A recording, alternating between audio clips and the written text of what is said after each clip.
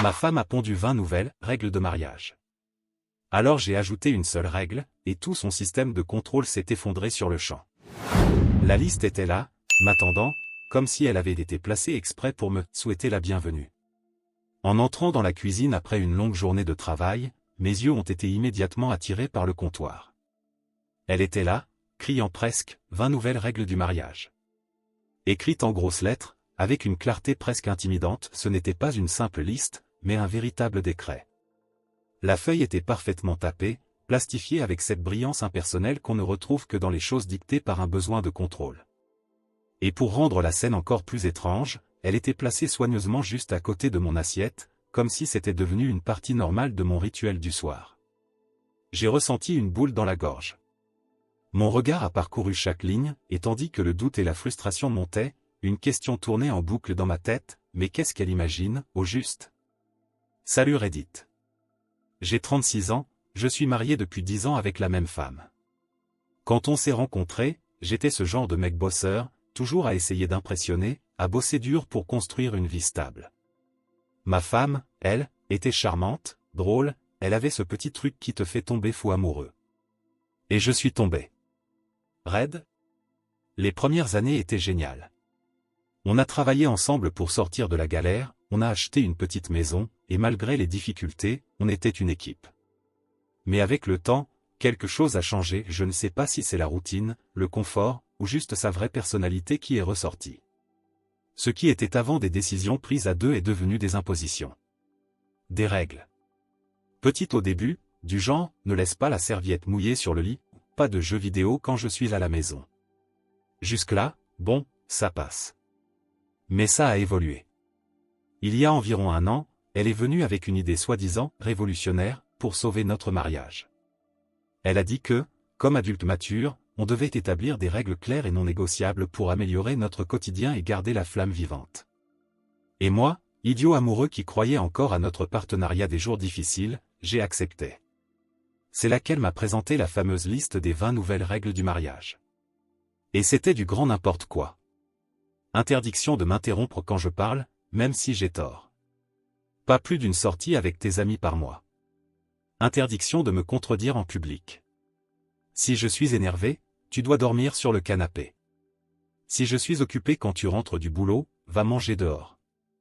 Je te jure, on aurait dit une parodie. J'ai même rigolé, pensant que c'était une blague. Mais non. Elle était on ne peut plus sérieuse. Elle voulait même que je signe une copie imprimée, comme si c'était un contrat. J'étais choqué. J'ai essayé de discuter calmement, j'ai dit que ce n'était pas sain. Elle a levé les yeux au ciel et m'a accusé de refuser d'évoluer en tant qu'homme. Franchement, c'est là que j'aurais dû partir. Mais je ne l'ai pas fait. Petit à petit, la maison est devenue une prison avec horaire et conduite à suivre. Je devais envoyer des photos quand je sortais, justifier chaque dépense, demander la permission même pour appeler ma mère. Elle, de son côté, faisait ce qu'elle voulait. Sortait avec ses copines toutes les semaines, disparaissait pendant des heures, et son téléphone, auparavant protégé par un simple 1234, avait maintenant un code à 6 chiffres. Le coup de grâce? Elle a décidé que je ne pouvais plus dormir dans notre lit si j'étais enrhumé. Parce que, soi-disant, elle avait besoin de repos et ne voulait pas tomber malade. 3 nuits sur le canapé, pendant qu'elle dormait tranquille et que moi, je toussais seul dans le couloir. Mais comme on dit, la vengeance est un plat qui se mange froid. Et moi, je ne suis pas du genre à crier, à claquer des portes. Je suis du genre à observer, et agir. Alors j'ai décidé de faire quelque chose de différent, j'ai accepté les 20 règles. Calme, sans discuter. J'ai signé la feuille. J'ai souri. Et j'ai dit que j'étais prêt à changer. Le lendemain, j'ai imprimé une seule feuille. Une seule règle. Je la lui ai remise pendant le petit-déj, avec le même sérieux qu'elle avait eu. Elle l'a lu, a rigolé, puis elle a vu que je ne rigolais pas. La règle était simple. Si une seule de tes règles est enfreinte, le mariage se termine immédiatement. Sans discussion. Sans deuxième chance. Elle est devenue livide. Elle a essayé d'argumenter, de dire que ce n'était pas aussi strict, que certaines règles étaient plus symboliques. J'ai souri. Et j'ai dit, je ne fais que suivre ton exemple, chérie. Tu voulais des règles claires et non négociables. À partir de là, j'ai observé. Calme, comme un juge impartial. La première semaine, elle est sortie 2 fois avec ses copines. Règle violée. Le deuxième samedi, elle a posté une pique sur moi sur Instagram. Règle violée, pas d'exposition des problèmes de couple en public. La semaine suivante, elle m'a hurlé dessus devant ma belle-mère. Règle violée, pas d'humiliation devant la famille. J'ai tout noté. Pas de cris, pas de drame. Et 1 mois plus tard, je lui ai demandé une discussion. Je me suis assis sur le canapé et je lui ai dit. Tu as violé 5 des 20 règles en moins de 30 jours. Moi, je n'en avais qu'une seule. Et maintenant, je vais l'appliquer. Elle était sous le choc. Elle a essayé de me supplier, de pleurer, de dire que c'était juste du stress. Mais moi, j'étais déjà parti. Pas physiquement, mais mentalement. Ce soir-là, j'ai dormi une dernière fois dans cette maison. J'avais déjà loué un appartement. J'avais déjà consulté un avocat. J'étais prêt. Parce que parfois, la seule règle qui compte, c'est de savoir quand il faut quitter la partie. Mise à jour 1. Quand le jeu se termine, et qu'elle comprend qu'elle a perdu. Cela fait un peu plus d'1 mois que j'ai quitté la maison. Et sincèrement, je m'habitue encore au silence. À l'espace. À la paix. Mais ne confondez pas ça avec un soulagement immédiat. Quitter un mariage de 10 ans, même quand il devient un champ de mine, ce n'est pas une décision qu'on prend à la légère. J'y ai réfléchi. J'ai planifié. Et, surtout, je me suis préparé à la tempête qui allait suivre. Et elle est venue. Le lendemain matin de mon départ, mon téléphone n'a pas arrêté. Message de ma femme, de sa mère, des copines du club, toutes inquiètes, bien sûr. Certaines demandaient si je traversais une crise. D'autres insinuaient que j'étais beaucoup trop radical. Elle-même m'a envoyé une série de messages vocaux, oscillant entre colère et désespoir. Dans l'un, elle criait que je l'avais trahi émotionnellement en partant sans prévenir. Dans l'autre, elle pleurait, disant qu'elle m'aimait et que ce n'était qu'une mauvaise passe. Puis elle reprenait un ton autoritaire, menaçant de compliquer toute tentative de divorce. Je n'ai répondu à rien. Pendant 3 jours, je suis resté dans un silence total. Pas pour la punir, mais parce que j'avais besoin de me vider l'esprit de tout ce vacarme. Quand j'ai finalement répondu, ce fut par un seul message. Tu as créé les règles. Je n'ai fait que jouer selon elle. Sa réponse a été immédiate. Elle m'a accusé de manipulation. Elle a dit que j'avais déformé l'objectif des règles. Que je savais très bien qu'elles étaient symboliques. Que j'aurais dû comprendre l'esprit de la proposition, pas la lettre froide. Et c'est là que j'ai compris, pour de bon, elle n'a jamais voulu une relation équilibrée. Elle voulait du contrôle déguisé en accord. Un genre de contrat où elle signait à l'encre indélébile, et moi au crayon, qu'elle pouvait gommer quand ça l'arrangeait. Dans les jours suivants, elle a entamé une sorte de campagne de sauvetage. Elle est venue à mon travail sans prévenir et a laissé une boîte remplie de souvenirs de notre amour, photos, vieilles lettres, un livre qu'elle disait vouloir que je termine. De la pure mise en scène. Elle a publié des messages flous sur les réseaux sociaux, avec des phrases comme « Laisser partir ce qu'on aime, c'est aussi de l'amour » ou « Parfois, on perd des diamants en se concentrant sur des cailloux ». Un mélange de développement personnel et de sous-entendus. Pathétique. Mais ce qui m'a vraiment pris de court, c'est ce qui se passait en coulisses. Un ami commun m'a contacté pour parler. Il m'a dit qu'elle racontait que j'avais pété les plombs. Que mon comportement devenait bizarre, que j'avais des crises de contrôle, et qu'elle n'avait créé les règles que parce qu'elle craignait pour la santé de notre mariage. D'après lui, elle est même allée jusqu'à suggérer que j'étais émotionnellement instable et que j'avais peut-être besoin d'aide. L'ironie est grotesque. La femme qui avait imprimé 20 règles de contrôle absolu, qui m'avait forcé à partager mes mots de passe, ma localisation, et même mon temps à la salle de sport, disait maintenant que j'étais le manipulateur. J'ai arrêté d'essayer de comprendre. Il n'y a rien à comprendre. Il y a juste un ego blessé. Elle ne s'attendait pas à ce que je parte. Elle s'attendait à ce que je plie. Comme les maris de ses amis, elle pensait que j'allais accepter ma place sur le trône de la soumission moderne. Et le plus cruel dans tout ça, c'est qu'elle pensait encore avoir une chance. Elle a proposé un rendez-vous dans un café, disant vouloir parler d'égal à égal. J'ai hésité, mais j'ai accepté. Je me suis dit que c'était peut-être le début d'une conversation adulte. Je me suis trompé. Elle est arrivée bien habillée, maquillée, parlant comme si on était deux vieux amis qui reprenaient contact. Et son discours n'avait pas changé. J'ai fait des erreurs, mais toi aussi. On peut repartir à zéro. Ces règles étaient exagérées, bien sûr, mais elles venaient d'un lieu d'amour. Je suis resté silencieux presque tout le temps. Et quand elle a fini, je lui ai dit une seule chose. Tu sais quelle était ta règle la plus dangereuse? Elle m'a regardé, confuse. La règle numéro 21. Celle qui disait que tu pouvais changer les règles quand tu voulais, et que je devais les accepter sans rien dire. Elle a froncé les sourcils. Cette règle n'a jamais existé. Exactement. Ai-je répondu en prenant mon portefeuille et en me levant. Mais tu as toujours agi comme si elle existait. Je suis parti sans me retourner.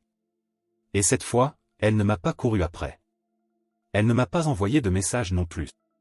C'était la première fois qu'elle comprenait que le jeu était vraiment terminé. Depuis, je reconstruis ma vie. Je suis toujours dans le même appartement, je prends encore des décisions simples qui autrefois semblaient compliquées, comme décorer à mon goût, ou manger ce que je veux au dîner sans négocier un régime. Des choses simples. Mais c'est dans la simplicité qu'on réalise à quel point on était prisonnier. Elle continue d'essayer de faire croire que tout ça n'était qu'un malentendu, une période difficile. Mais ceux qui nous connaissaient vraiment ont compris la vérité. Et petit à petit, même ses amis commencent à s'éloigner. Peut-être parce qu'elles réalisent que ça pourrait leur arriver à elles aussi. Peut-être parce qu'au fond, elles savaient qu'elles construisaient des châteaux de contrôle sur du sable mouvant. Et moi? Je ne suis pas revenu en arrière. Pas par fierté. Mais parce que je sais qu'une relation fondée sur la manipulation n'a qu'un seul destin, l'effondrement. Ma règle n'était pas cruelle. Elle était juste. Claire. Et c'est elle qui m'a permis de voir qui était là pour le partenariat, et qui était là pour le pouvoir. Mise à jour 2. Elle a essayé de retourner la situation, mais elle n'a fait que s'enfoncer davantage. Je ne pensais pas qu'elle allait abandonner si facilement. En fait, je comptais sur ça. Je connais mon ex et maintenant je peux enfin l'appeler officiellement comme ça. Quand quelqu'un construit tout un château sur l'illusion du contrôle, il ne tombe pas sans tenter d'entraîner tout le monde avec lui. Après notre dernière rencontre au café, celle où j'ai clairement dit que le jeu était terminé, je pensais qu'elle allait se faire discrète un moment. Mais 2 jours plus tard, j'ai reçu une notification, mon nom avait été mentionné dans un groupe public sur Facebook. Un ami commun m'a envoyé une capture d'écran avant qu'elle ne supprime la publication, un long texte, rempli de belles tournures, où elle parlait de « relations abusives invisibles » et de « mari qui utilise le silence comme forme de manipulation ». Elle ne m'a pas nommé, mais tous ceux qui nous connaissaient ont compris. L'objectif était clair, inverser le récit. Me faire passer pour le méchant froid qui a abandonné la pauvre épouse en quête de domination. Et, aussi incroyable que cela puisse paraître, certaines personnes y ont cru. Les commentaires ont commencé à pleuvoir. Les hommes comme ça sont dangereux. Moi aussi j'ai vécu ça, ma sœur. Fuis tant qu'il est encore temps. Je n'ai rien commenté. Mais j'ai pris soin de faire des captures. De tout. Ce qu'elle ne savait pas, c'est que depuis le début, je gardais une trace complète de tout, messages, audio, photos de la feuille de règles, capture d'écran des conversations avec ses amis. Y compris celle où elle disait. S'il cède aux règles, il sera mon trophée dans le groupe. Et c'est là qu'arrive le point clé de cette mise à jour.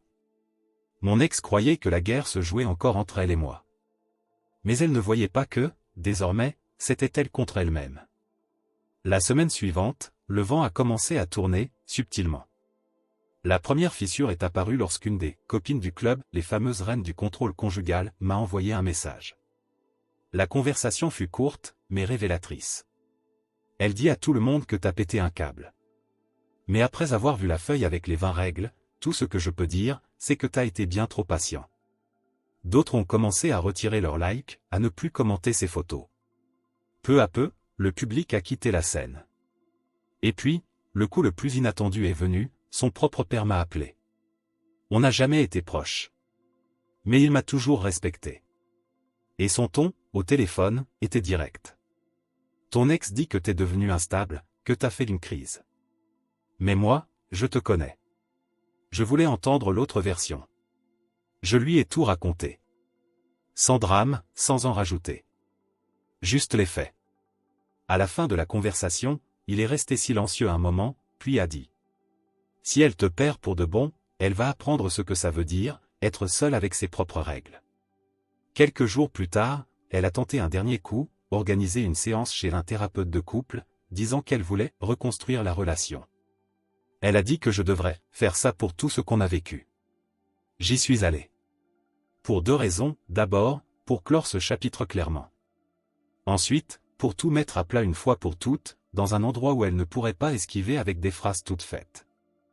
La séance a été révélatrice. Le thérapeute a commencé en demandant à chacun pourquoi il était là. Elle a parlé la première. Elle s'est bien surposée en victime. Elle a dit s'être sentie abandonnée au moment où elle avait le plus besoin de soutien, que j'étais devenu froid, absent. Que l'idée des règles était censée nous guider en tant que couple. Puis ce fut mon tour.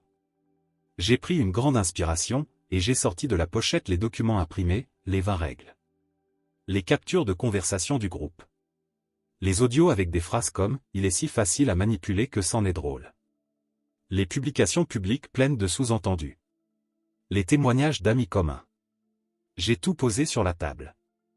Littéralement. Elle est devenue blanche. Le thérapeute est resté silencieux. Ma seule règle, ai-je dit, était fondée sur la clarté et la réciprocité. Tout ce que tu as imposé, je l'ai accepté. À une seule condition, que ce soit réciproque. Tu as refusé. Tu as créé un système qui ne fonctionne que si l'autre ne répond pas. Le thérapeute a finalement parlé, d'une voix neutre. Penses-tu avoir agi avec équité, Anna? Elle n'a rien répondu. À la fin de la séance, il a proposé d'autres rendez-vous. J'ai refusé. Je ne veux pas reconstruire un château où je sais déjà qu'il y a de la dynamite enterrée. Je suis venu ici pour fermer le chapitre. Elle a essayé de m'accompagner jusqu'à la sortie. J'ai dit que je préférais partir seul. Et je suis parti. Depuis, on ne s'est plus parlé. Le divorce a été prononcé cette semaine. Sans drame, sans scandale. Elle n'a contesté aucun point. Peut-être parce qu'elle a compris qu'on ne peut pas gagner un jeu qu'on a soi-même inventé, et mal joué. Le plus ironique dans tout ça? Hier, j'ai vu sur son Instagram une nouvelle bio. La liberté, c'est vivre sans les règles, imposées par les autres. Elle a enfin compris le problème. Dommage que ce soit trop tard. Mise à jour 3. La liberté ne vient pas avec des conditions. Cela fait 3 mois que j'ai signé le divorce. Et pour la première fois depuis longtemps, j'existe à nouveau. Pas comme le mari obéissant, le trophée de groupe, ou le personnage dans une pièce écrite par d'autres. Mais comme une personne réelle, avec des limites, des envies, et enfin, de la paix. J'ai déménagé. Changé de quartier. Même mon numéro de téléphone est nouveau. J'ai coupé les liens avec presque tous les amis issus de son cercle social. Aujourd'hui, mon monde est plus petit, mais tellement plus silencieux. Et ce silence, qui ressemblait autrefois à de la solitude, est maintenant de la liberté. Mais bien sûr, elle n'a pas complètement disparu. Les personnes comme elle ne disparaissent pas, elles tournent en rond, revenant chaque fois qu'elles sentent que le contrôle leur échappe définitivement. La première tentative a été subtile, un email avec pour objet, juste une question. Le message contenait 2 phrases brèves. Tu crois vraiment que je suis un monstre? Ou bien étais-tu juste trop blessé pour voir l'amour derrière tout ça? J'ai ignoré. Un autre email est arrivé quelques jours plus tard. Si tu as encore un peu d'affection pour celle que j'ai été, s'il te plaît, réponds-moi. Je veux juste parler. Je n'ai pas répondu. Et ce n'est pas par rancune, c'est par respect de moi-même. Sa dernière tentative, comme toujours, a été publique. Une publication sur Instagram, avec une vieille photo de nous deux, accompagnée de ce texte. Certaines personnes ne comprennent la valeur de la liberté, qu'après avoir perdu la chance de la vivre aux côtés de quelqu'un qui comptait vraiment. Dramatique. Mais prévisible. Un ami m'a tagué dans la publication. Pas par malveillance, plutôt comme pour dire, tu as vu ça? J'ai vu. Et j'ai soupiré. Parce que la réponse était là, évidente, elle n'a toujours pas compris. Il ne s'agissait pas de perdre quelqu'un qu'il aimait. Il s'agissait de ne pas savoir aimer sans vouloir contrôler.